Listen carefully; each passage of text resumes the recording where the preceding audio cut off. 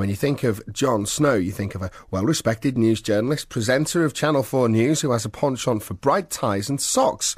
But 40 years ago, he was a student at Liverpool University. During his time in the city, he took part in a famous protest against the uni's then-Chancellor, Lord Salisbury, and the institution's alleged links to South Africa. His involvement in the action ended up getting him kicked out, but it's fair to say he's done pretty well for himself so far since, and joins me on the line now. Good morning to you, Jon. Good morning, Ian. Do you remember that protest then? Could I ever forget it? Good God, it was an absolute watershed in my life.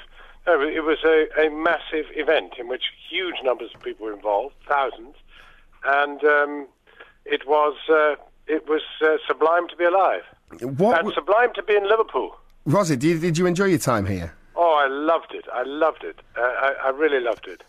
I have to ask, let's dig into the reasons behind the protest. Why was it? I touched on it there. It was about Lord Salisbury and connections to South Africa. Why did you sort of take over the building? Well, of course, we were, revolutionaries in search of a cause, really, more than anything else. But at the same time, genuinely, there was a degree of idealism around. And the greatest cause of a number that we were campaigning on was the Liverpool's. They weren't alleged links; they were absolute links with apartheid. They had a very strong investment portfolio and interest with Tate and Lyle, which had its biggest presence in Merseyside and was one of the leading companies doing business with apartheid South Africa. And we felt that a liberal arts institution, engineering, medicine, all the rest of it, shouldn't have anything to do with apartheid in any sense. And, were we not dead right? 40 years ago, people thought we were monsters and loonies. Today, people think that anybody who did any deals with South Africa were monsters and loonies. Yeah. Can you believe it was 40 years ago? I absolutely can't. I don't feel a day older. It's amazing how fast time flies when you're having fun. And we had a lot of fun in the sit-in besides anything else. But I think I think we went down for a great cause. In the end, the university responded as no other university in the country did, expelled 10 of us. Some of us were allowed back. I never went back. They behaved outrageously. They denied us natural justice. They spent vast amounts of money on a QC to put their case. We were undefended until our appeal, when the wonderful professor of law from the London School of Economics came up to defend us. It was a very, very dark day for civil liberties in the university. But let me say this. I've been back to the university this first time this year, the first time since I was expelled.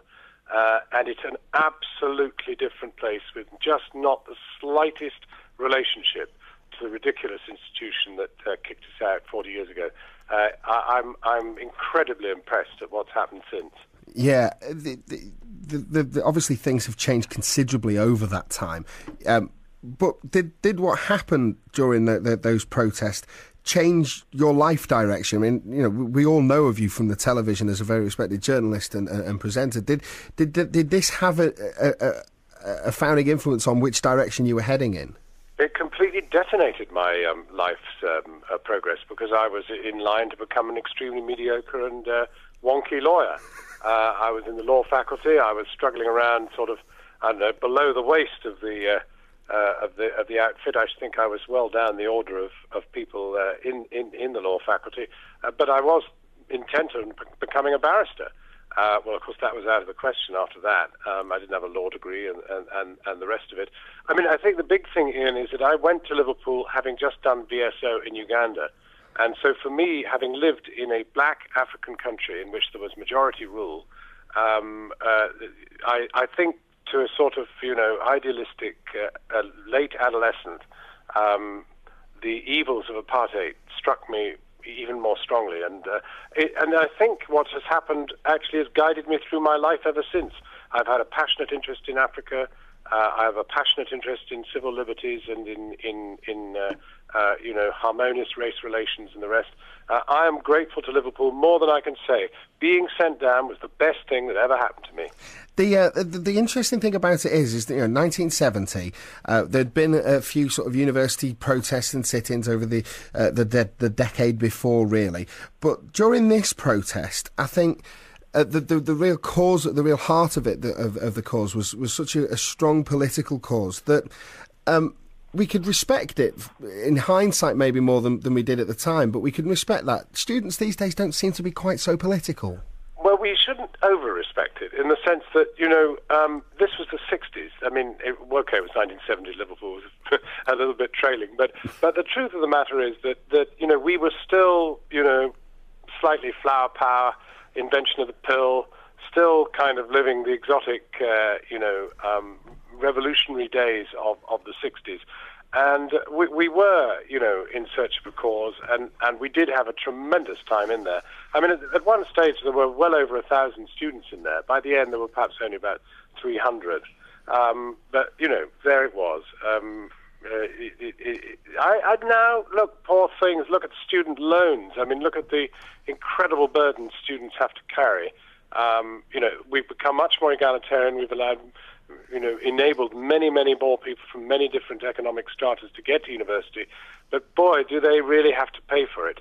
And I think being at university is a much more testing issue now than it was when we were there. We were there on full student grants, whatever our incomes. Yeah, exactly.